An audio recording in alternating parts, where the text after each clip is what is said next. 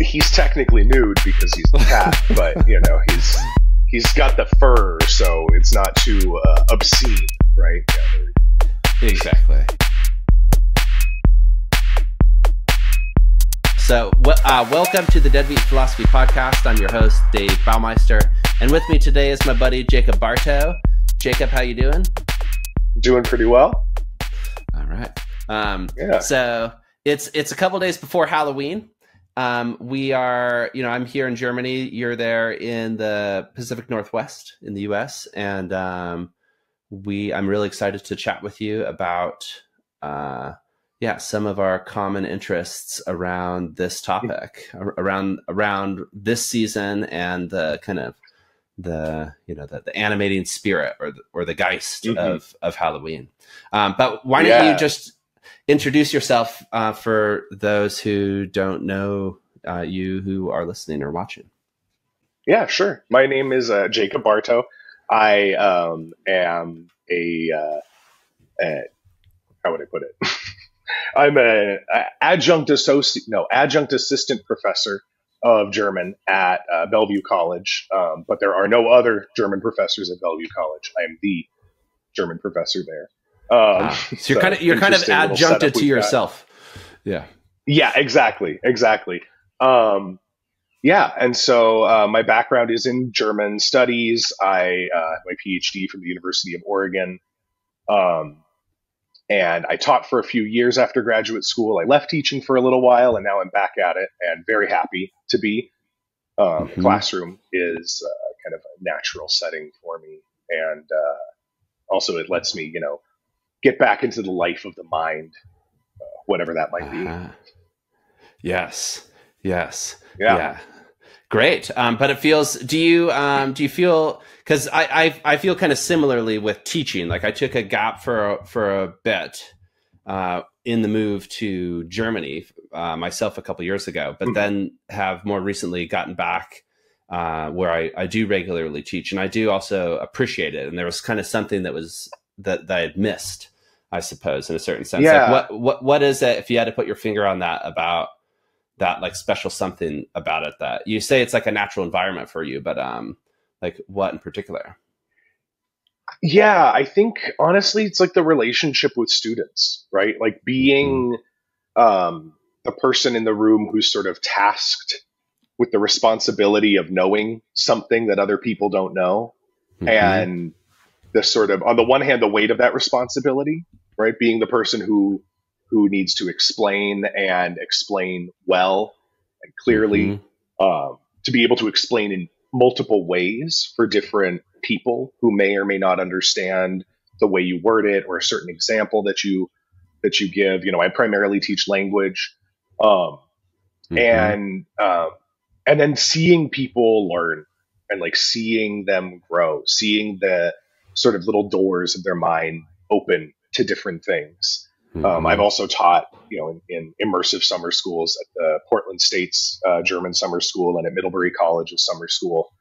And those are really wonderful experiences. You see people come in who have no German experience whatsoever, and they sign an oath on the first day that they won't speak English for the next 5 to 7 weeks, depending on the program.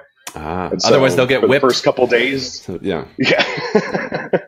In the first couple days, they're just walking around kind of doe-eyed saying, hello, wie geht's, and that's it. And by week 4, they're having full-blown conversations about, their favorite TV show or book or, history or, politics. It's really fascinating.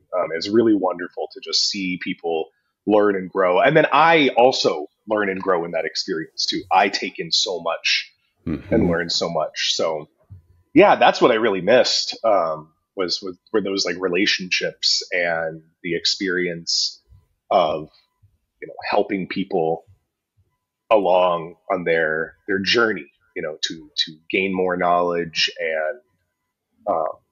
and interpret their world in new ways. Yes. Yeah. No, I hear you. It's almost like the instructor as guide in a way, you know what I mean? Which, as like a trope, and it is.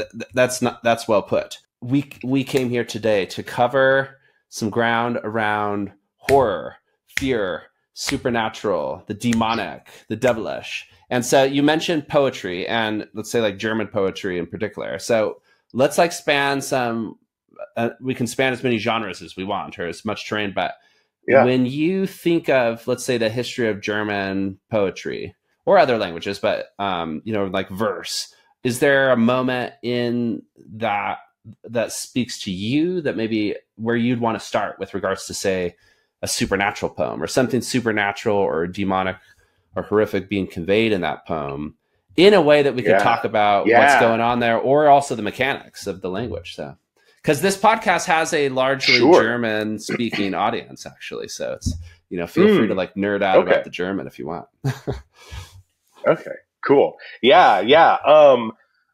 I mean, for me, the thing, like, I started to really get interested in German poetry reading Romanticism, and Romantic poetry for the first time as an undergraduate.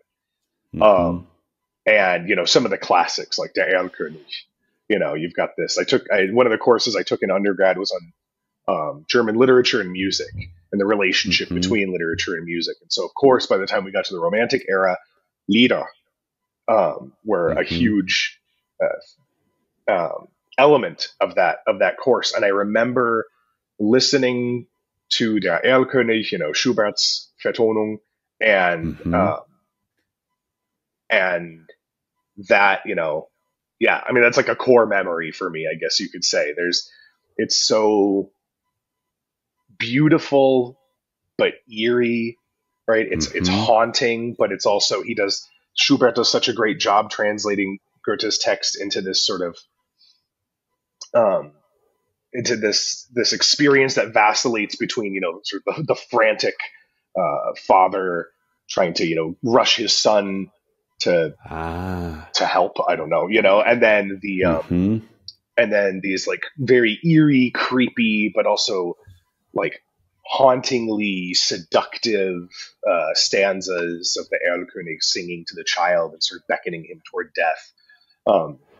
It's just, it's wonderful. I mean, between that and, Die Lorelei, those were some early like poetic experiences that I had that were really formative, I think. That fed into my real appreciation then for Faust being written in verse as it is. Because there are plenty of plays that I love that aren't written in verse, but Faust is, and it's just delightful to read. I was revisiting part of it yesterday in connection with something I was watching, and I was like, "Oh, where is that? Where is that in Faust?" And I go and I pull it off the shelf, rifling through it, and I find it, and I ended up pausing what I was watching for about 20 minutes to just sit and read Faust out loud, because it's just so like wonderful to hear it, and hear the rhythm and the rhyme. So. Sure. And then you went back to watching the show, and was it like cited in in what you were watching in a sense, or was it more of an indirect, like it kind of sparked in your mind? No, yeah, it was cited directly. It's it's an anime from 2011 called Puella Magi Madoka Magica, which is Magical Girl Madoka Magica, and it's sort of a Faustian twist on the Magical Girl anime. So you think of like Sailor Moon or Cardcaptor Sakura, where it's like this ordinary girl gets magic powers, but in this one, these ordinary girls have to sign a contract basically with this otherworldly being. They make a wish, and in exchange for their wish being granted, they become magical girls who have to fight witches. And there are a number of twists throughout that reveal that it's a very Faustian bargain. And so there's this moment in like the second episode where a person's walking through a parking garage, and there's graffiti, and the graffiti is in German. And I remember pausing it the first time I watched it years ago and trying to figure out what it was. And it's from Goethe's Faust. It's when the Geisterchor is, Faust is sort of cursing everything to Mephistopheles, denying that he could offer him anything that he would ever be interested in. And the Geisterchor sort of backs him up, and, saying, du hast die schöne Welt zerstört, things like that. Erbaue eine neue auf. in deinem Busen, or something along those lines, sort of tempting Faust, like, well, this world is so terrible, you've just destroyed it, right? But you could build a new one. So, and so, yeah, there's a literal citation embedded in the show that directs you toward this extremely, I don't want to say overt, but distinct Faustian element of the story. So, yes. Well, let's compare those two examples. And for those who don't know, so then in Erlkönig, what happens is it's the setting, basically like there is a story, which is a father has his son has been injured or is very ill, is on death's door. Is that right? And is kind of riding in the dark on a horse, ostensibly maybe to a doctor or just somewhere. I can't recall myself, but It never really says. Oh. Okay. But in that case, I mean, that's just like a horrible, kind of like a intense type of thing. It's almost like a thriller or something, and it's like a parent, you think about this, and it's like, that's, so it's like, there's something horrific about that in and of itself, almost just like the premise of like a dying child. But then what actually takes it above and beyond is kind of the call of the Erlkönig, who's like a kind of a ghostly, is this figure someone who's kind of like in the afterworld, or kind of he's in hell in a certain sense, or what? Yeah. Well, I mean, if you take the old Germanic understanding of hell to be like Hades is just the place where the dead people go, then sure. Yes. Yes. It's not Dante's Inferno evil here, about it. Yes. Right. Yeah, if I recall, the Erlkönig is a figure from more like northern German and Danish folklore, who is sort of a steward of the passage, or maybe he's like a guide who brings the dead over from the world of the living into the world of the dead. Okay. And the Erlkönig, keeps calling out to the child, and I mean, in a way, what he's offering the child is very comforting, but there's something like scary and seductive about it at the same time. Not seductive in like a sexual sense, but in a sort it depends on the psychoanalytical interpretation you're taking, so it could also be sexual, but absolutely. I don't know.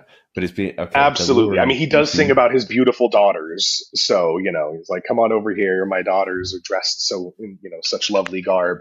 But yeah, so the Erlkönig is sort of keeps crying out to the boy, and then the boy keeps saying to his father, "Did you don't you hear that? Don't you see that?" And the father keeps trying to allay his son's fears. Oh, that's just the wind in the trees. Those sorts of things, trying to reassure his son that everything is going to be okay, that he's not really seeing the Erlkönig. But then, of course, at the end, they arrive at the Hof, and in seinen Armen das Kind war tot. Yeah, so in his arms, the kid was dead. But so it's almost like kind of death. Maybe death is like one of the classic springs or well springs of horror, or in this case that of like fear. There's like almost a universal fear of death, absolutely, that we have, and that kind of channels that. In a way, do you think that? And then is Schubert's music? Does it? How would you say that it connects with that? Yeah, so he does it. First, he creates like this frantic sense of urgency, right? It begins with this like just repeated bass note, and so he's like sort of creates this frantic sense of urgency that they're riding, very quickly through the cold, and then when the Erlkönig begins to speak, the tones change. He plays off of all these like narrow vowel sounds. So I'm trying to think, what is the first line there? Hang on, I have it right here. The first line there, where the Erlkönig cries out to him, so, du liebes Kind, komm geh mit mir, gar schöne Spiele spiel ich mit dir. Yeah. And so these very tight vowel sounds that are really more easily sung at like a higher register. So the singer's tone changes too, from mein Sohn to du liebes Kind, komm geh mit mir. And so it becomes more playful, but it also, because once you realize that it's, he's this death figure coaxing the child toward the afterlife, it's very haunting and creepy. And then, then there's the sort of jarring shift in tone back to the frantic writing and the father trying to reassure his child, and then the shift in tone back to these like higher kind of playful notes. And it's just, that also kind of echoes even or like the Pennywise figure from Stephen King's It, or like the idea of the killer clown, the kind of mixture of childhood playfulness. I mean, there's, even a lot of these horror franchises today, just kind of the Terrifier. I don't know if you know that one, or there's some that continue with that, but it's interesting that that's present there as well. That part of that maybe that exactly that mixture of like the childlike and the childly playful, the clownish, and then like the death is maybe what makes it so unsettling. Oh, absolutely.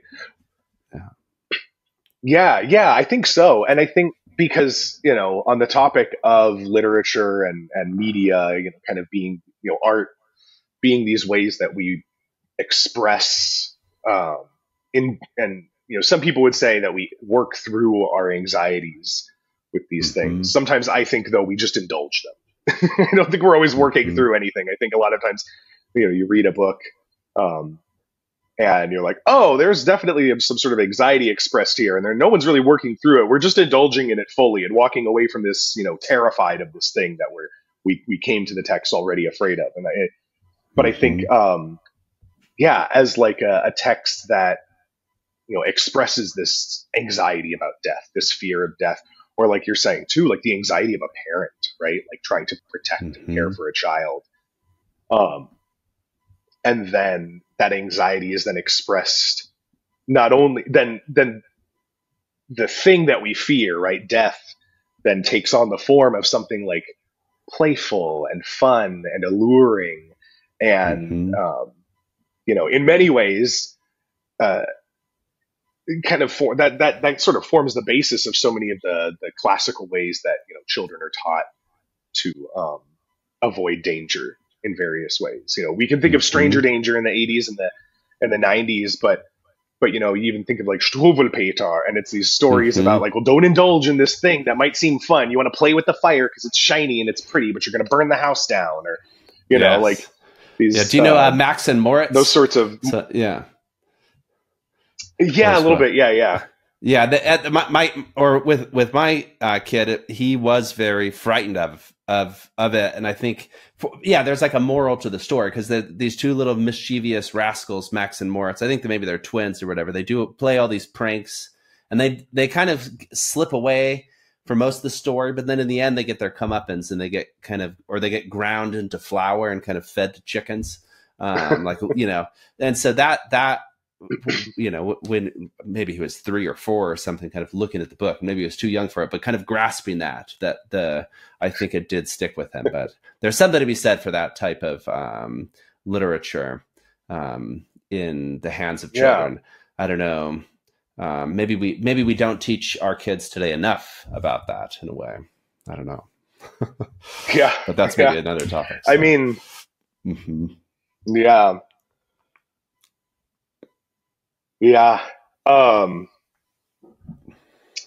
Gosh, I know. I was just thinking about, being exposed to things far too young. That's the yes. My favorite as a child were Alien and Predator. Those were I watched those when I was probably like 6 years old on a little black and white TV, because I'm old enough and we were poor enough that we had a black and white TV when I was a child. And my mom thought that it would be okay to watch Alien and Predator on the black and white TV because then I, quote, couldn't see the blood. Never mind just like the abject violence and gore and people being, dismembered and eviscerated. It was in black and white, so it was okay. Yeah. Okay. Was it like, did you have like a VCR as well? or was it through the TV? I think I'm trying to remember. Yeah, we had a VCR. But I think one of them was on TV once. So it was a TV edit, so maybe it wasn't quite as, violent and gory, but it's still pretty terrifying. But for that reason, I loved monster stuff as a kid. So yes. Anyway, let me ask before I forget or connect. Okay, so with Erlkönig, Erlkönig. And then Faust, and with an eye towards even other appearances of future in the literary intellectual history, what would you say then it kind of sets Faust apart from Erlkönig in terms of, by contrast? Because if Erlkönig, then death, the fear of death, one's own death, the death of a child kind of motivates it in this admixture with the childish. Those precise elements don't seem to be present in Faust, even though. But what do you think? Like, what is it about? Is there a different kind of model of the supernatural and horrific, introduced there? Yes and no. I think some of the elements are there. Okay. Mephistopheles is very much a fool and a clown, right? He's silly, but he, is a demon, so he has access to all sorts of knowledge. At the same time, he won't just freely give that knowledge away. He'll speak in riddles and okay. For those who just don't know the story at all, like, who is Mephistopheles? Oh yeah, and maybe who is Faust? Yeah. Yeah, so good. The long and short of it is, Faust is an old doctor, professor. He studied everything at the time. It's the Middle Ages, so everything is philosophy, theology, medicine, and law. And he has decided that there's nothing left to live for, so but he's not quite ready to kill himself, so instead he decides to summon a demon and play around with the black arts. And so he summons a demon, and the demon makes him an offer of, basically he can let him have power beyond his imagination and all sorts of experiences that he could never dream of. And Faust, in his hubris, basically says, all right, I'll make a deal with you. I don't think anything will ever satisfy me, but if you can give me such an experience that for a moment I feel satisfied, then you can have my soul. And so the demon is Mephistopheles, and he then becomes Faust's sort of companion on his adventures of being a sorcerer and bon vivant, perhaps, just sort of enjoying the worldly pleasures that time and space have to offer as he goes on his journey across the two parts of the tragedy in Goethe's version. So Mephistopheles, being a demon, then has, the demons are the keepers of knowledge, but also being a devil, he is a trickster, and he is a little bit of a clown and a fool, in that sort of medieval tradition of the devil as a fool, but also in this sort of post-Baroque tradition of the devil as, something evil. And it seems there's also even some echoes of, is it the case that with like Aladdin's lamp, or the trope, which I don't know if Goethe was aware of, the like 1001 Nights and the kind of conjuring of a genie who grants your wishes, and like what sort of other, are you aware of like other precursors in that maybe that motivated this figure? That's certainly one. Yeah, that's certainly one that might have figured in. But the original Faust story was a chapbook written in the 16th century. So Goethe didn't invent the story, but he elaborates on it. In the original story, Faust very specifically trades his soul for 24 years of youth and power. And at the end of the 24 years, Mephistopheles comes to collect his soul. And Goethe's version, and he's like, "I wish it's more of a challenge. I got 25 or something. Why only 24 years?" Exactly. Like, I guess people live less. It is, it's a very specific number. Okay. Yeah, it's a very specific number. But 24 hours in a day. right? 24 yes, in a yes, base yes. 12 system is sort of a special number. So, Mm-hmm. yeah, but in Goethe's version, it's more of a, rather than, just a plain old morality tale of be careful what you wish for sort of thing. Mm-hmm. He presents it as sort of this challenge to the devil, but also then ultimately a challenge of Faust's hubris, because Faust is so Mm-hmm. convinced that nothing will ever satisfy him that he's never actually going to have to work over his soul.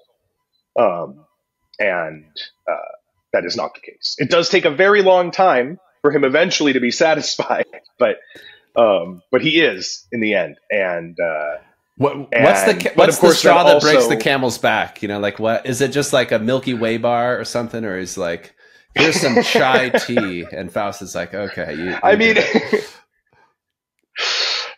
it's funny that you say that, because a lot of Faust's the associations of the Faust, that there are a lot of readings of it, that it's an expression of the imperialist Europe's endless hunger for the flavors of the broader world, and the colors, the tapestries, the spices. But ultimately, at the end, it's Faust looking out over sort of his kingdom. He's built basically this land. He's reclaimed all this land from the sea. It's sort of implied that it's a Netherlands sort of situation. He's built these levees and reclaimed all this land from the sea, and that he's expressing even his mastery over the ocean, the thing that no man can master. He's built up this whole.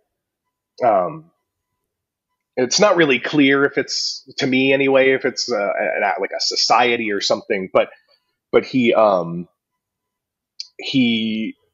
looks out upon it and has this moment where he says, he's recognizing how beautiful it is, and how, in this way too, I think Faust is one of our sort of prototypes of the capitalist, in that he looks out upon it and recognizes that the beauty and the sort of impressiveness of his accomplishments must be maintained through daily struggle and daily work, to keep the sea back, to keep the swamp out from seeping in, and all of this. But at this moment, he's sort of overcome by the sublime sort of, excellence of his accomplishment, and that's what does it for him. Okay, wow. Yeah, and then he's done, and then but then of course Mephistopheles comes to take his soul, and angels intervene, and the spirit of the woman whom he wronged in Act 1 actually intervenes on his behalf and begs, Mother Mary to take him to heaven, and he is redeemed at the end. Or at least it's heavily implied that he's redeemed. Okay. Which I think is a little bit of a bummer. I think he should go to hell, but yes, but it's left somewhat ambiguous. Yeah, I've never looked at the ending there, and how does Mephistopheles feel about that at the end? Does he feel like he's been foiled? Like he went through all that trouble? He's so upset. Okay. Exactly. He's so upset. He says something about, like, even the poor devil can't get his due, yeah. Anyway, can't find the line exactly, but Mephistopheles is pretty upset that he doesn't get to collect. Especially, in Goethe's version, after putting in so much time and effort, really trying to get this guy to just, give in and be satisfied with all the riches and power and experiences that he's had. But I think, to get back to the original thing, the connection between, it's sort of a bridge between Erlkönig to Faust, I think, where Erlkönig is this expression of, this anxiety about death. On the one hand, as something, on the one hand, there's the supernatural element of the Erlkönig sort of, coaxing the child away from life and into death. On the other hand, there's something kind of expressed there of the inevitability of death, right? Like that ultimately there's something uncontrollable about life and death. We can only intervene so far, and we can only do so much, but that ultimately, it comes for us all. Whereas I think Faust, it's more of a morality tale in terms of, being a story about a man, a hubristic character who ventures to make a deal with the devil because of the faith that he puts in his own abilities. Yeah, and who makes like decisions along the way in a way that the father and son and Erlkönig are kind of just, they're kind of thrown into their fate, you know what I mean? And it kind of happens to them in a certain sense. And the Erlkönig is just sort of playing his role, right? He's almost like a fixture of nature, right? As one of these old sort of pagan figures or pagan gods, he's just part of a greater order, and his role is to usher the dying into death.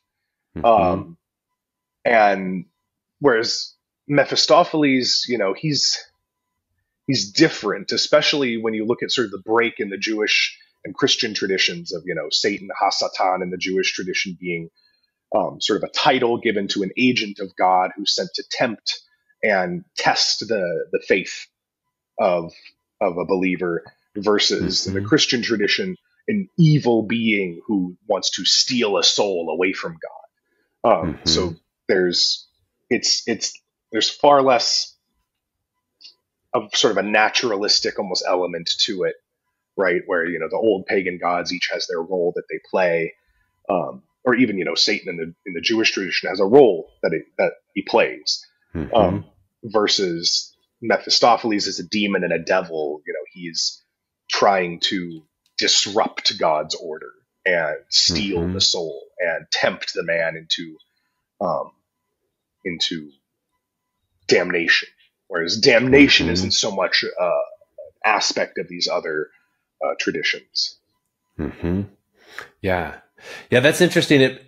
I was just thinking about Dante's Inferno, because I've recently read that and trying to think like, and obviously that's 14th century Florentine and earlier, but involves devils and passage into death, and in some ways that, even though that involves kind of Lucifer in the heart of the Inferno, and in a certain sense of a picture of evil, it seems closer to almost the pagan sense, in that there's a sense of kind of all the devils and the demons, the kind of agents who are in Inferno, all have a role to play, and they're kind of just enacting the natural business of what the just punishment, and there's even the figure who kind of, I think it's over the river Styx or whatnot, who, because of course Dante borrows from Greco-Roman, ideas of the passage into death and such, and so, and then of course the Virgil is the guide, kind of bringing them along, and the conversation between Virgil and Dante is maybe in some ways like Mephistopheles and Faust, as they kind of undergo a journey, but it's much more noble. I don't know. Do you? Let me ask you another demon question, and then we can maybe take a break, and then expand out into the broader social fabric in which this is set. So it's like, okay, we jump from death and Erlkönig to the figure of Mephistopheles and Faust, and then there's that figure of the demon or of the devil, and Mephistopheles being this interesting kind of double-sided particular example. Can you, where's another example of a demon or a devil in, intellectual, literary, filmic history that you would connect to, that you'd see kind of an evolution in that trope? Yeah. I mean, so historically demons and devils were distinct, right? Your Greek training, the demon being, this sort of spirit of knowledge, and devil being from right. And so, and it's very much not part of the Jewish tradition. The demon enters Christianity by way of the Greek tradition, and the devil is really fun, because you've got the from the Latin, right, diabolos, and Greek diabolos, which shares a root, the root balein. I'm not that versed in Greek, but some of these etymologies I am, shares a root with the word problem. So problem being something that's thrown in front of you. The devil is one who is thrown between, one who throws himself in between people. And it basically comes about as this attempt to translate the concept of Satan from Hebrew, Satan being an adversary or someone who stands in your way. And so in the attempt to translate the concept of an adversary from Hebrew into Greek, over the centuries, this role of adversary or person who, you know, stands in your way, interloper, so to speak, becomes a person, becomes an embodiment of evil. So, and then these kind of start, you know, and then in the Middle Ages and the Baroque, these become repositories for everything evil that had to sort of be cleansed out of Christianity. So, like you're talking about all these Greco-Roman figures in Dante's Inferno. In sort of the Baroque and especially the German Baroque, these had to be assigned and ascribed like demonic qualities or evil qualities so that the pagan world could sort of be brushed away and room could be made for, you know, one true God. And so they come to be associated. That's how like the nature spirits and pagan gods and demons and as sort of keepers, some sort of keepers of forbidden knowledge, and the Greco-Roman gods, each assigned to different, you know, elements or aspects of life, become, you know, like embodiments of sin, right? Of lust or gluttony, in the case of like Aphrodite and Dionysus, stuff like that. So, and so you see that kind of like the shift to the devilish, or the characterization of those practices as devilish and evil, and maybe in an association with like the satanic, that particular form kind of gets introduced and colors things, but in particularly in the modern period, like the Baroque and later. I mean, that's where that's where the devil becomes like a very powerful figure, right? Like even in Dante's Inferno, he's trapped in the bottom of hell. And only the worst people really get to go down and be stuck with him there. But he doesn't really seem to exert any power, right? Like you're saying, there are all these other little sort of beings that kind of the administrators of hell, so to speak, who keep it all running, you know, and put people in their place. But it's later on that the devil becomes, and Satan, you know, as one and the same, becomes this like powerful figure who can sort of insert himself and tempt and steal souls and that sort of thing. Away from God, like stealing the souls away from God. Like there's this battle going on. And so, I mean, it persists in all sorts of different forms, and I think gets transformed in different ways. You know, I think I've been thinking a lot about vampires recently as sort of, you know, one example of this, you know, an embodiment of a certain sin, right? Lust and gluttony.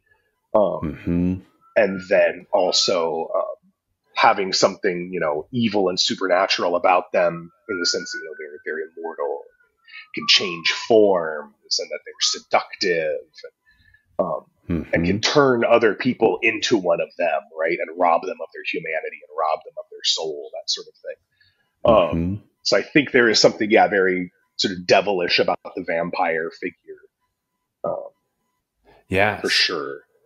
Yeah. And when, like, can you name an example of a vampire figure in a text, like post Faust?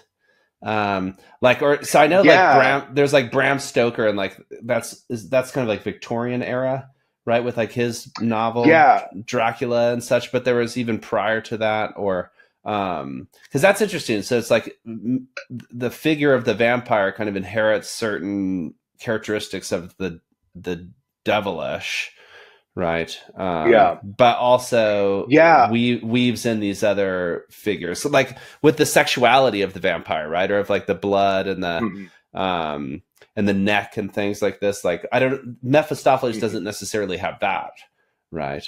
He's not like trying to yeah, I mean, Mephistopheles, he uses, sexuality to tempt Faust in certain ways, right? Like he makes Faust young so that Faust can be, because Faust, preys upon Faust's own lust, right? To make him young and present him with women to have his way with. But the one that comes to mind is Carmilla by Sheridan Le Fanu, the Irish author, about 20 years prior to Bram Stoker's Dracula. And it's a very, I would say, explicitly lesbian vampire. And yeah, it's great. I think in that one too, then it's not only this sort of like devilish, sort of temptress figure, in terms of the sexuality and the sensuality of the vampire, but also expresses a lot of like anxieties about femininity and sort of femininity unchained from patriarchal order. But okay, and like the danger of that and such. Right? Okay. Yeah, exactly. Which then also implies sort of some sort of inherent evil, in the feminine that must be reined in by the masculine and by some sort of masculine order. Yeah. Yeah, man. Which goes back to Eve and the serpent and all of that, but we can get Yes, exactly. Yeah, no, I love that serpent figure, that's who initially had legs. I always like pointing out, or it's implied, with in Genesis, right? That because like God punished the serpent and made him go on his belly. So, but first that means he did have arms and legs and was kind of walking around. Keep that in mind. But with the fangs, there's so much to say. So let's take a quick break, and then we'll come back and we'll simmer on this further. So cool. Okay.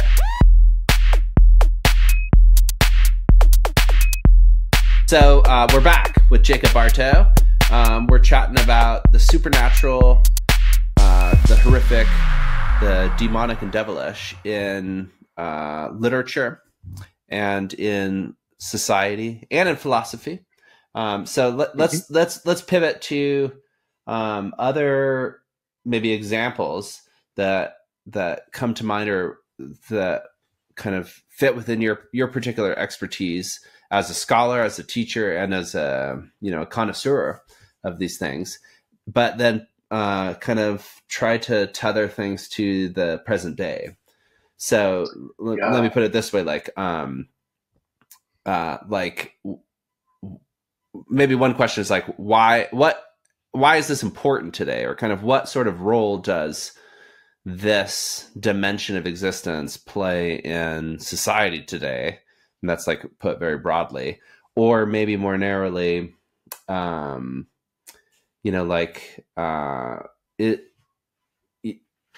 guess like maybe like politically, what sort of political themes and devices or kind of weaponizations or critiques do you find in the space of horror or the supernatural as a genre today? And just to make this question even like more ridiculously overblown, that's kind of what I like to do is just, or then like, somehow, because you're also somebody who, maybe like me, I think we're kindred souls in this regard, that we both are interested in like the history and in historical periods of the distant past, and kind of appreciating that, but not just for its own sake, also because there's some direct relevance or connection with the present day, even though it's kind of maybe hard to put your finger on what that is. Or I don't know. Maybe I've mischaracterized you. Maybe you're more of a no. I think But what do you say to all that? No, I think you're onto something. Yeah. I mean, well, because like the first part of this conversation sort of illustrated, there's a really important historical and materialist dimension to the evolution of concepts, right? You can't talk about the devil without understanding what that word means and where it comes from and all the different ways that it's transformed over the centuries and through different cultures. You know, and my expertise being in sort of the German realm, right? When I'm talking about, I have to give credit where it's due. A lot of the interpretations, you know, that I've offered about the devil as sort of this repository, or the figure of the devil as Satan, and this repository for all things evil and sinful, comes out of Walter Benjamin's Origin of German Tragic Drama, the Ursprung des deutschen Trauerspiels.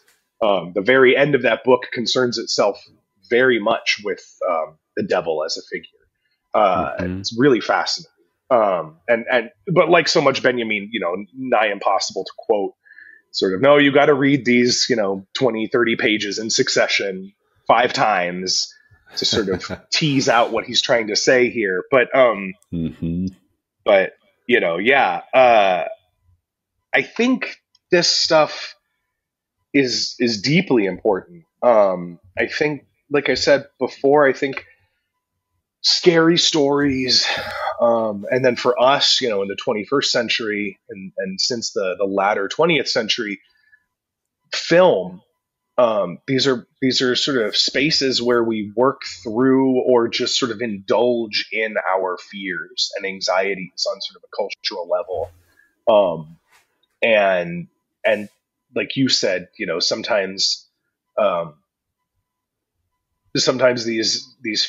are figures who kind of get weaponized, right, or used or scapegoated in a way through these scary stories to sort of be the source, the subject of the horror and the object of our fear. And you know, like like in Le Fanu's Carmilla, that figure of this lesbian vampire, right? She's represents this untethered femininity, and she is very it's like many of the things that she does with the protagonist is a young woman who's being sort of, you know, eventually fed upon by her, and she's writing from her perspective, and all these different ways that, you know, love or intimacy could be expressed in a sort of acceptable way, homosocially, you know, between women, you know, touching, caressing, holding, even kissing. It's made sort of sinister through the way that Carmilla does it, her frantic touching and grabbing and saying sort of creepy things like, you know, when the protagonist asks her, "Oh, have you certainly you've been in love?" And Carmilla says, "I've never been in love, and I never shall be unless it is with you." You know, and there's like very overtly, you know, then or homo-romantic or homoerotic gestures that Carmilla makes toward the protagonist, that layered then on top of the fact that she's, you know, drinking her blood and killing young women all throughout the countryside in this area throughout the story. She becomes, on the one hand, you know, she's or what it does, I think, is it takes sort of our fears about, or expresses, you know, fears about evil and the devilish and temptation, but then it also kind of bundles those up with, you know, fears of this like queer sexuality that's sort of then disconnected from a patriarchal order and a heterosexual order that maintains order through the sort of regimentation of these of gender roles and frankly ownership of sexuality, the ownership of the woman both in body and sex, and the ownership of her reproductive capacity and all of that.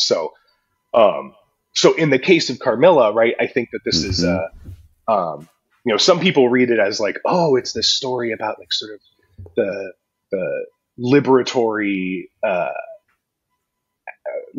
potential of lesbian relationships. I'm like, there's nothing liberatory about it.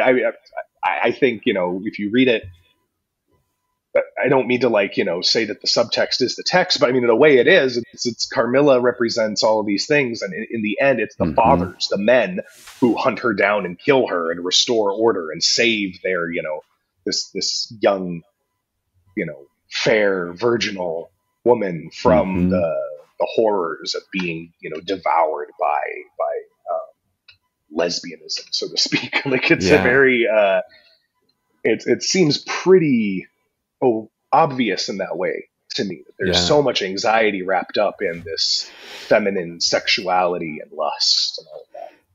And with Carmilla, do you know about like the publication history? Was it popular in its time? It's in a sense like because this seems to reflect if it was popular, or the sense that perhaps in that case, like mainstream patriarchal literary public who would be reading the book and who the book is kind of aimed at in the kind of intellectual cultural context around the book in its appearance, what that kind of tells us is that in that time the book almost functions like a ideological pamphlet or like propaganda for this position, right? It kind of like it conveniently scapegoats this aspect of women and kind of makes it intelligible. And you can kind of, if you follow it, if you read it kind of on the surface. So maybe you pointed out there, of course you could read it and maybe that depends, on,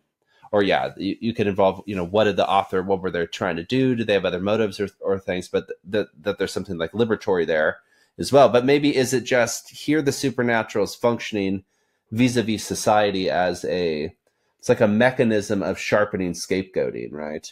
And the history of like anti-Semitism and pogroms and all there's other kind of like parallels with even particularly in German history, but whereby, like the scapegoated group is demonized, right? Or made abject immigrants, you know what I mean? Or, like zombie films and the panics that these things, not to say that zombie films do necessarily reflect that panic in particular, but so if that's this seems to be kind of one function of how horror and the supernatural function in society is almost like an instrument or a piece of the digestive process of kind of mainstream society, but it probably also has a critical function as well, but there was a lot packed into there. But what would you say to that?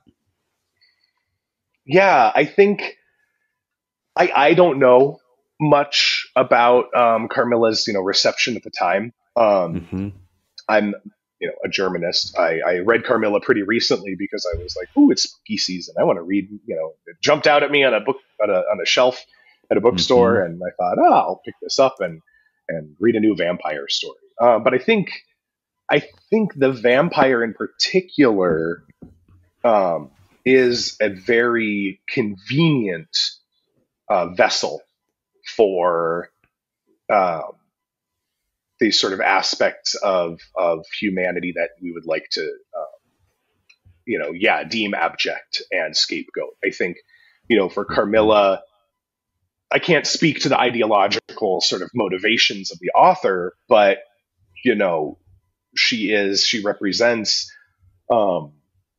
lust and this sort of, queer sexuality in these pretty overt ways that I think, are tied to sort of the patriarchal anxieties about the sexual power of women and the need to sort of rein that in and control it.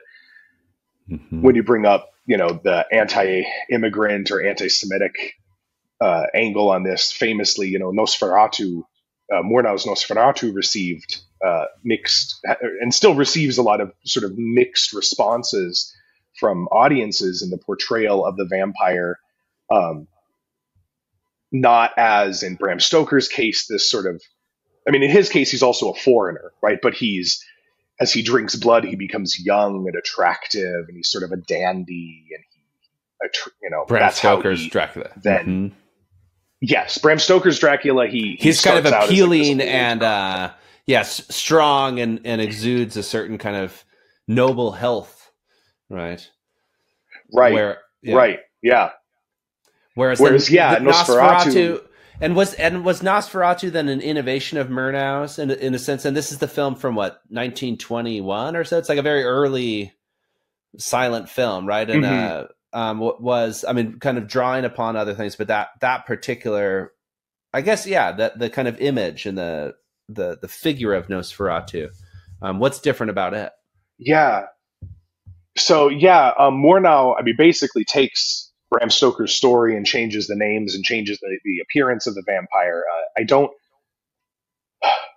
know for certain that this may be apocryphal, but it comes to mind a story that I once heard. Don't hold me to this, but this idea that Murnau sort of, basically stole Dracula or took the story, without getting the rights to it, and then was sued. And by the time that the suit went to court, the film had already been so widely distributed that even trying to enforce copyright upon it somehow would be unenforceable.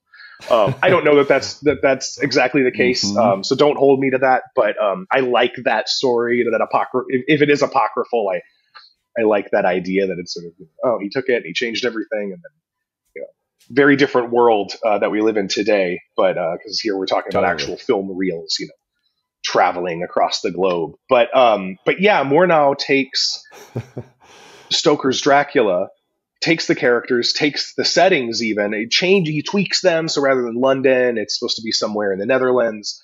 But crucially, the thing that he changes is the vampire. That rather than the vampire being this attractive, handsome, sexually seductive figure, he is, hideous, animal-like, rat-like, and bat-like.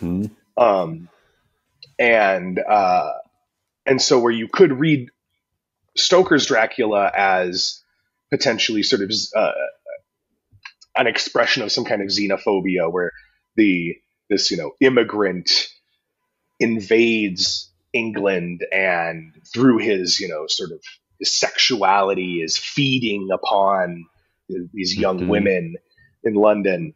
Nosferatu is also a foreigner, but he's hideous and monstrous, and he's feeding upon people.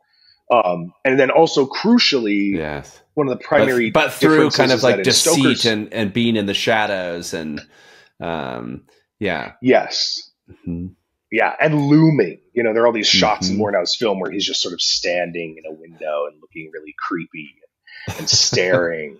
And he's this looming figure, and he brings death with him too, which also happens in Stoker's book. The plague sort of descends upon the city. People are dying all over, and so this association of the foreigner who sort of sucks the life out of a society is very strong in both texts. But I think one of the crucial differences between them also is the resolution.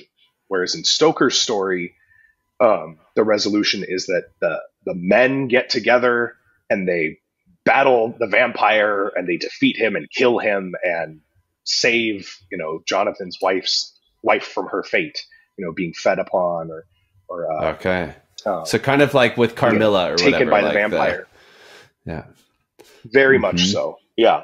Whereas in Murnau's version, it is the fair young woman who must sacrifice herself in order to defeat the monster.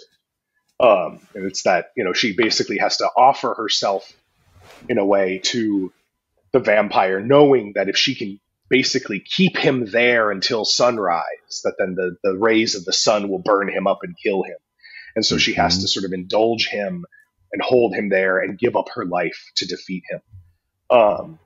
And I think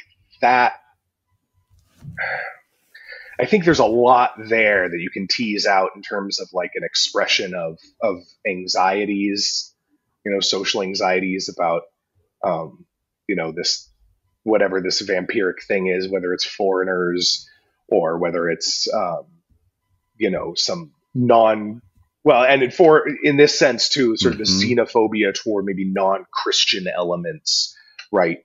And that it's the young woman giving herself up and sacrificing herself to kill the monster sort of fuses, Mother Mary as this protective figure and Jesus as this sacrificial lamb.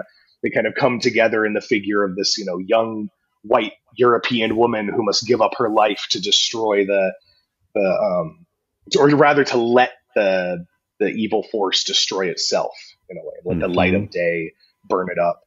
I think it says a lot about and it's, again, not necessarily at all about any kind of ideological motivation on the part of a filmmaker or a writer, but about sort of this like collective social iconography and these anxieties and these symbols that sort of express themselves through art and storytelling that reveal, I think, the latent anxieties and the latent and hopes as well of society through these scary stories.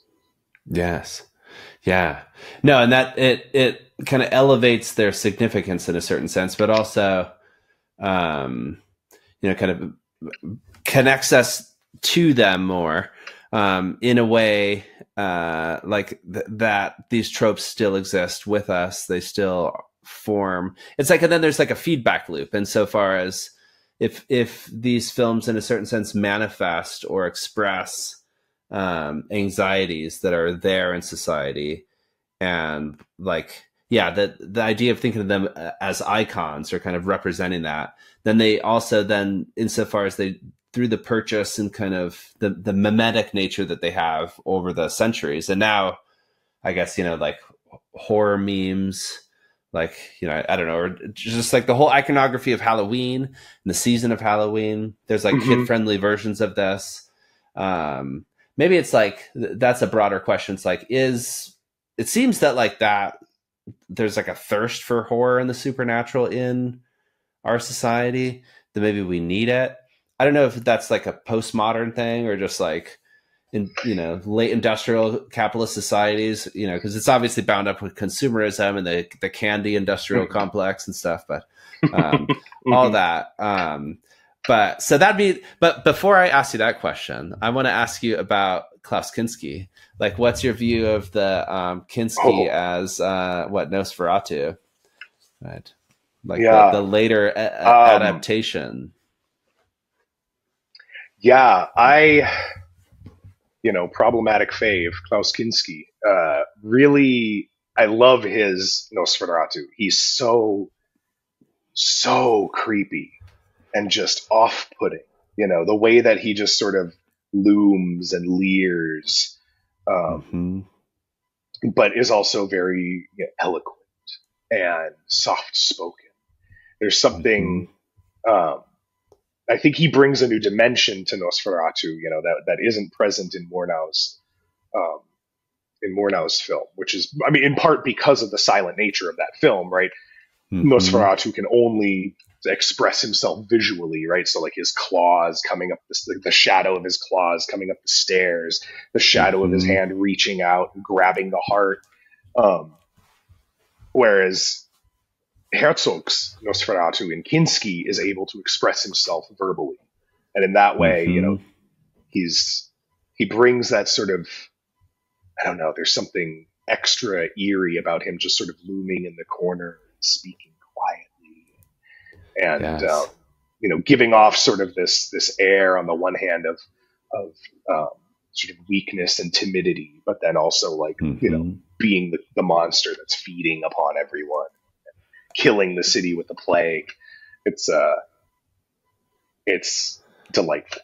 A real delight as a fan of things that are creepy and off-putting. Yeah. Yes, indeed. Yeah. And it really being an art, the production of that, you know what I mean, of that, and I guess in film can do it especially well, perhaps because it combining sound and visuals. Maybe like video games, there's a number of genres, where I guess you can encounter this. And then, we mentioned with Halloween, like children's activities, costumes, cosplay, throughout life. I mean, even the figure of the vampire, it's like there's like baby costumes with little vampire prints and things, or it's like the little collar with the cape, yeah, and it's the cute vampire as well. So so that like kind of circuiting back to that previous question, like what do you say to that? Why is this so pervasive in our society? And is it a good thing? Is this a sign of decline? It's like, well, like, is this something, that we should be worried about this or trying to steer away from? Or is there, do we need to kind of lean more into this? And if so, yeah, I mean, I've heard it theorized that the rise of sort of the increase of interest in horror and in scary things is sort of also, especially in the 20th century, sort of paralleled these long periods of, I mean this very literally, relative peace, right? Which is to say that, especially in American society, at least where I can speak from, these long periods without war, there's a theory that, we want to feel like we're in more danger than we actually are, because there is something thrilling and exciting about being scared. It reminds us that we're alive, and it reminds us about something really visceral about our human condition, our heart pounding, and sweating and jumping or screaming, that there's something really cathartic about that. And that in, periods of, peacetime or relatively, America is always sort of involved in some sort of conflict around the globe, but without large scale conscription or focus on war activities, that there is sort of this like latent desire to be scared as like a reminder of our humanity and our being alive. And I think there's something to be said for that. And I don't think it necessarily has to correspond to this whole, theory of war and peace and stuff. I think at a basic level, we like thrills. It's the same reason that you might, I don't know, 200 years ago have on a lark gone for a really wild and risky ride on a horse, through an area that is maybe not terribly safe, but there's something so thrilling about the wind in your hair and feeling like at any moment you could crash and fall over, but you feel like the wind, there's the adrenaline rush, I think, is something that people in general crave. Some people more than others, which is why, you have people who love horror and people who, maybe every once in a while watch a scary movie, but don't hate it necessarily. Yes. And so I think that then we balance that with then, like, on the one hand, we like to be scared because it's fun and it's exciting. At the same time, then the ways that we scare ourselves and the stories that we tell to scare ourselves, I think, reveal those latent anxieties like we were talking about before. And so I think that there's something there, right? Whereas on the one hand, we may be telling these vampire stories, because they're scary, make you feel something. On the other hand, the vampire story also contains like these weird, maybe ideological suspicions of, queer people or foreigners or something. And then, but that also kind of gets set aside when you're like, ooh, but the vampire, it's just so scary, it's spooky. And I want to show this movie to my friend and see, if they jump at the same time I jump and they get, excited at the same things that I get excited by. And then, you're dressing up your 3-year-old for Halloween, and your 3-year-old might not have much of a concept of A, what's scary, and B, what they even want to dress up as. You have kids that changes every day. You ask, what do you want to be for Halloween? One day it's a dinosaur, and then it's a, monster, and then it's a truck. Like, you don't know, like they get wild ideas. So parents are just like, oh, a vampire, this is cute. Put a little cape on him and walk him around. I don't know. I think, but I think that then, we do kind of through that process teach this same sort of ritual to younger people, the ritual of scaring ourselves, you know, to feel this excitement. Yeah. And to kind of joyously embrace it in a way and seek it out. And it, as you were speaking there, you know, it's like, it seems to me that, like it in some ways kind of correlates with like the boringness of life, and it's in a certain sense, or the mundaneness. I mean, we're living through quite turbulent times right now, it seems, but nonetheless, like there's in the mundane day to day of most people, you know, and I think ourselves included in the things, the tendency is more to kind of dull, like repetitious boringness or disappointment, or, you know, if you pair in the loneliness epidemic and all that. So it's almost like life is, in many respects, less stimulating than it maybe once was, or than maybe that we need it to be. And so we seek out that stimulation in different ways. And this is a way societally, and it strikes me there's something kind of nonpartisan about Halloween, right? It's one of the few, like at least in the U.S., right? Or correct me if I'm wrong about this, but it's kind of like, you know, the U.S. is incredibly polarized, but like people celebrate Halloween in like left and right wing spaces or whatnot, and like in cities and rural areas, and it's almost it's almost like distributed throughout the psyche. And then it's, you know, here in Germany, there's now Halloween, at least in, I think, many of the urban areas or places that are maybe, you know, a bit more cosmopolitan. Although I think even in the land, as far as I understand, it's very common. So there's almost like this global need for it, but it's like, it's almost in proportion to like, if life is kind of dull and boring, then we kind of seek out that, you know, artificial. Yeah. But not to say that it, I mean, you know, there's also something natural to it, but we almost have to make our own stimulation.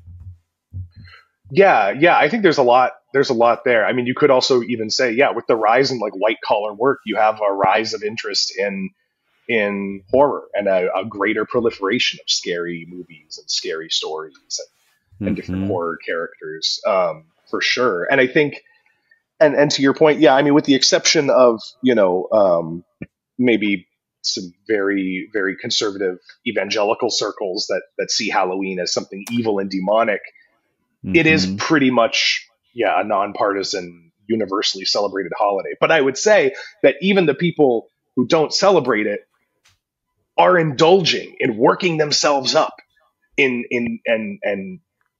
feeling scared, right? Rather than like, ooh, let's go to a haunted house and, you know, be scared by people, you know, with chainsaws or dressed as monsters or whatever. Instead, we're going to scare ourselves talking about how evil all of that is and how it's demonic. And, you know, I think that unconsciously they're still reproducing those same, or they're indulging those same impulses, and working themselves up into a scared frenzy because it's exciting.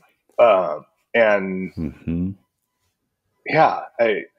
know, that's interesting. Motivated maybe ideologically in different ways, you know, to try to justify why you're doing it. But, you know, I'm also a bit of a Nietzschean in that way. I think the justification always comes after the fact. I think the ritual comes first, that there's something sort of visceral or embodied in the ritual that draws us toward it, that kind of defies explanation or is much more libidinal. And that later on we justify this, you know, in various ways. We try to explain why we indulge in these practices. But yes. Yeah.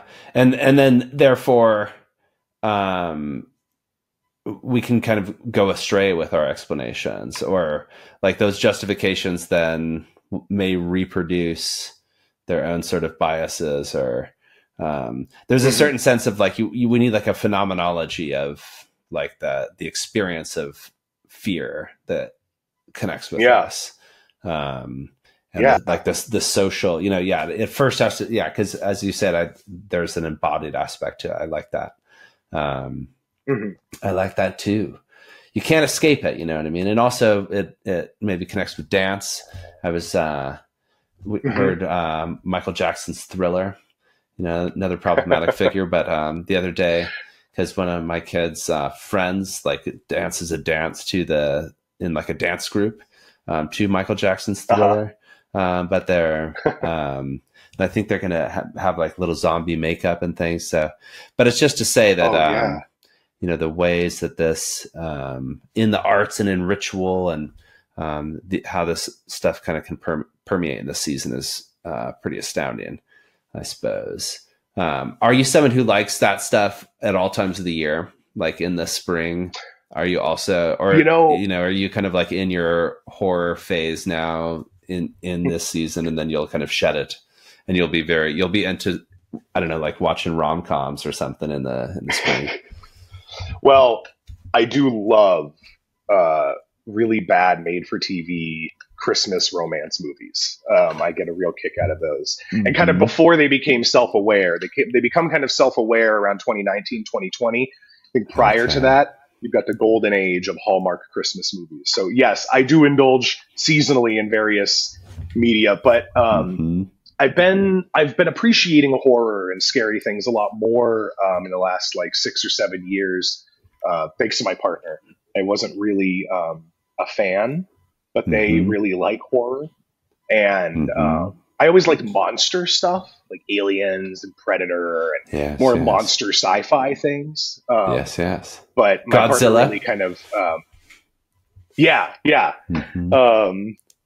but my partner, you know, enjoys like slashers and stuff. And so got me to watch, you know, the first 3 Scream movies and I Know What You Did Last Summer, or then, you know, just sort of those late 90s, early 2000s classics. Yes.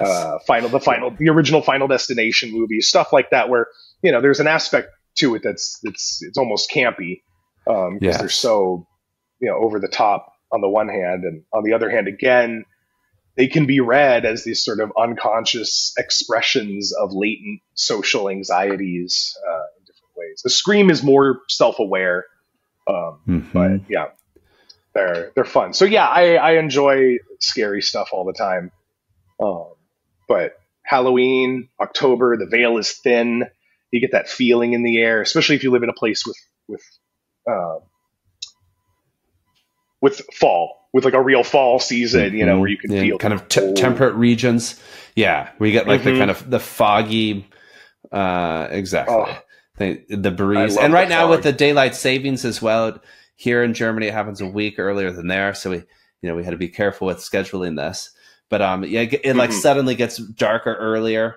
And that has some negative ramifications, but one thing is that you can just feel fall, very strong in exactly this period, late October, as it transitions. It's like fall ripens, and then the leaves are on the trees, colorful, but they're only really like this for like a week or two, and then they fall off. So it's like a very ephemeral type of thing, you know. And right, and I mean, I don't think it's any.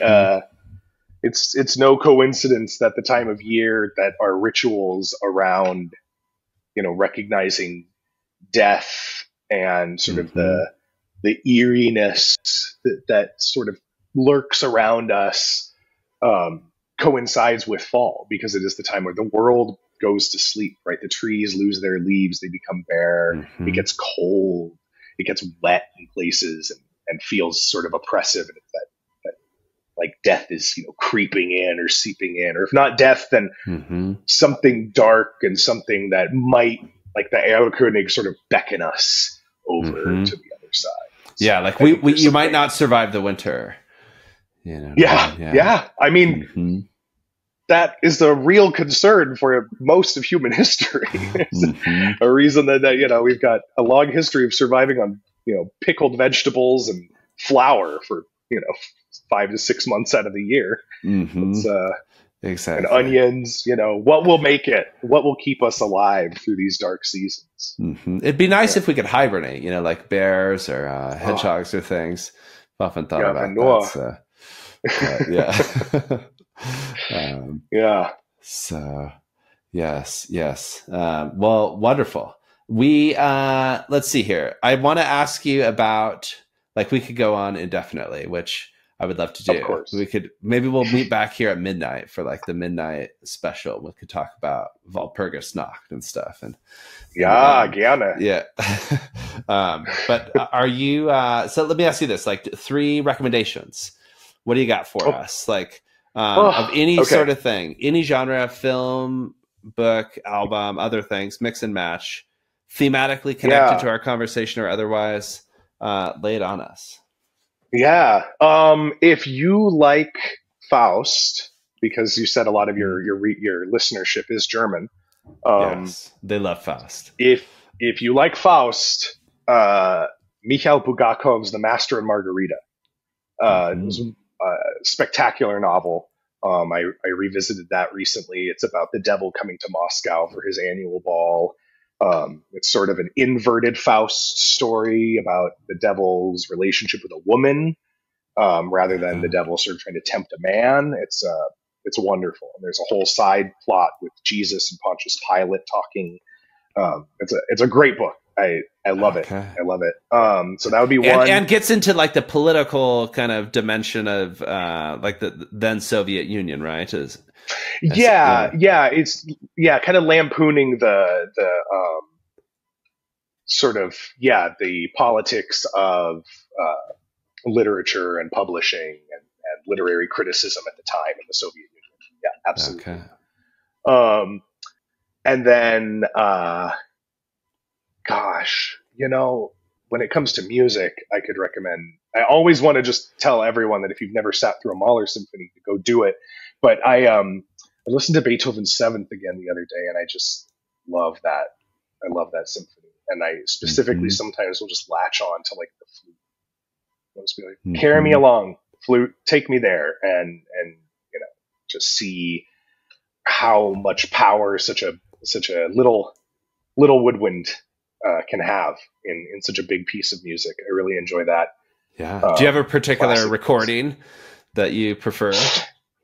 No, I listened to one conducted by Bernstein the other day that I really enjoyed. Leonard Bernstein. I forget which orchestra that was with, but he didn't take the second movement too fast. It's not supposed to be terribly slow, but it also shouldn't be too fast. So very good. I enjoyed that a lot. Right in the middle. Yeah. And then I want to think of a film to recommend. I've been watching quite a bit of stuff. I mentioned that anime earlier, the sort of Faust-inspired anime. Yes, yeah. Maho Shoujo Madoka Magica, the magical girl Madoka Magica. That's fantastic. It's from 2011, and plays with the idea of the magical girl a la Sailor Moon. But to get her powers, she has to make a sort of Faustian bargain and kind of fall into this like cycle, this terrible cycle, and the attempt to break out of that. It's a very fun anime. Yeah. Is that available to stream somewhere? Or, I'm sure it is. How accessible is it? Yeah. You got your own copy, Blu-ray? Yeah, but I originally watched it on a streaming service, so I forget, but you could look it up and try to find it or rent it. That sounds great. It's lovely. Yeah. Wonderful. Well, very eclectic little collection of things there, but that kind of describes my taste. But exactly. And thematically appropriate. So I think wonderful recommendations in every regard. So thank you. Yeah, thank you. Thank you. Yeah, thanks so much for taking some time here. Oh wait, last are you going to be something for Halloween? What are you going to be? Do you have a plan? I don't this year. Going to be yourself. Yeah, I mean, I'm going to be myself. Have fun. In the past, I'm living in an apartment right now. I had a house for the last 5 years, and so I would usually do some sort of little dress up and hand out candy, or at the very least I would decorate, sort of. Last year I made a big creepy wraith who kind of loomed over the front yard, and there was a skeleton trapped in a big spider web. Nice. But this year, I'm in an apartment building where we don't get trick-or-treaters. And also I have to do some traveling right after Halloween and take care of some stuff back back over in Montana, and so I just haven't put much thought into it. Unfortunately, I've just been indulging in media. Yeah, I agree. Well, you can still go trick or treating if you got to scratch that itch. It's true. I can go trick or treating with my beard and my disappearing hair. Yeah, absolutely. Do you plan on doing any trick or treating? I'll be at there's like the zoo. The zoo here has like with our youngest kid, I'll be taking them there, and then they have like a Halloween thing. I don't think they dress up the animals, the non-human animals, but it's more like, I haven't been, but it's more like lights idea. And little dioramas. Yeah, exactly. You could see where that could go, but in any case, things like that. So, but I'll probably be wearing some cat ears or donkey ears. I like the donkey ones. Oh, okay. So because that one comes with a little tail. So yeah, and then you can kind of go Pinocchio with it, Exactly. Yeah, start playing Pleasure Island, smoking cigars. Yeah. So, all right, dude. Well, thanks so much for joining us, and we'll we'll talk to you soon. And everybody else, we'll talk to you again next one of these. Thanks so much, Jacob. Have a great day. Yeah, my pleasure. Wonderful.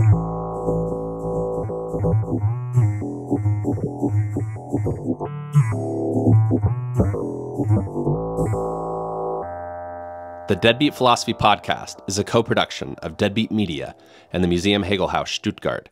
For more Deadbeat content and to chip in to keep the channel going, check us out at deadbeatphilosophy.substack.com. For more about the Museum Hegel-Haus, check out hegelhaus.de. That's HEGEL-HAUS.de. Adios and auf Wiedersehen.